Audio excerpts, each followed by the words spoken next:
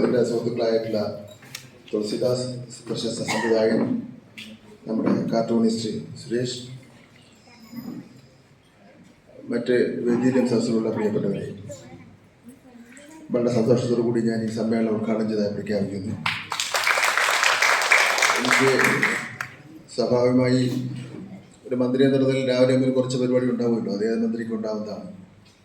പക്ഷേ ജോബി വന്ന് ഈ കാര്യം പറഞ്ഞ അവസരത്തിൽ ഒഴിവാക്കാൻ കഴിയാത്ത ആളാണ് ജോബി. എന്ത് കാര്യമെന്ന് പറഞ്ഞാൽ 10-30 വർഷക്കാലത്തെ സുഹൃത്തുബന്ധമാണ് ജോബി.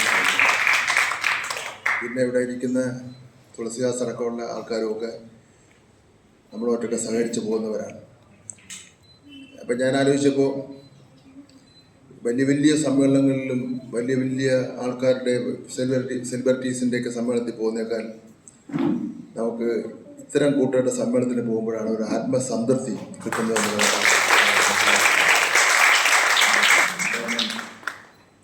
നമ്മളൊരു സഹായം ചെയ്തു കൊടുക്കേണ്ടത്, ഉപകാരം ചെയ്തു കൊടുക്കേണ്ടത് നമ്മുടെ വാക്കിലൂടെയും നമ്മുടെ നോട്ടത്തിലൂടെയും,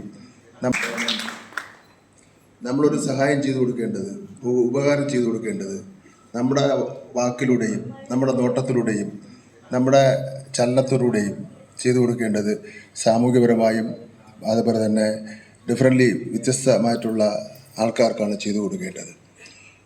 ഇപ്പോൾ ജോയി പറഞ്ഞ പോലെ കുറേ പ്രശ്നങ്ങൾ പരിഹരിക്കാൻ വേണ്ടി ഗവൺമെൻറ് ശ്രമിക്കുകയാണ്. ഇപ്പോൾ ഞാൻ സ്കൂളിൻ്റെ കാര്യം പറയാം. എല്ലാ സ്കൂളുകളും പുതിയതായിട്ട് കെട്ടിക്കൊണ്ടിരിക്കുന്ന എല്ലാ സ്കൂളുകളും ഡിഫറൻ്റ്ലി ഏബിളായിട്ടുള്ള ആൾക്കാർക്ക് സഞ്ചരിക്കാൻ കഴിയുന്ന വിധത്തിലാണ് സ്കൂളുകൾ തരപ്പെടുത്തിയിട്ടുള്ളത്. പരമാവധി ഇപ്പോൾ ഗവൺമെൻറ് സ്കൂളുകളിൽ ലിഫ്റ്റ് എന്നൊക്കെ പറഞ്ഞാൽ നിങ്ങൾ വിശ്വസിക്കില്ല. ഇപ്പോൾ കെട്ടിയ ഏതാണ്ടൊരു 10ഓളം വരുന്ന സ്കൂളുകളിൽ ലിഫ്റ്റുണ്ട്. ലിഫ്റ്റിൽ കയറി നമുക്ക് മുകളിൽ പോകുന്നതിന് വേണ്ടി റാമ്പ് വെച്ചിട്ടുണ്ട്, പോകുന്നതിന് വേണ്ടിയുള്ള സംവിധാനം ചെറുക്കുന്നതിന് വേണ്ടി. നിങ്ങളുടെ കാര്യം ചെയ്യുക, നിങ്ങൾ ഇന്ന് നിങ്ങൾ മുഖ്യധാരയിൽ തന്നെയാണ് സമൂഹത്തിൻ്റെ. കേരളം പോലുള്ള ഒരു സംസ്ഥാനത്ത് നിങ്ങൾക്ക് നല്ല അംഗീകാരമാണ്. മറ്റെല്ലാ സംസ്ഥാനത്തും ഇതേപോലെ അംഗീകാരം കിട്ടുമെന്നൊക്കെ പറയാൻ വേണ്ടി പറ്റില്ല.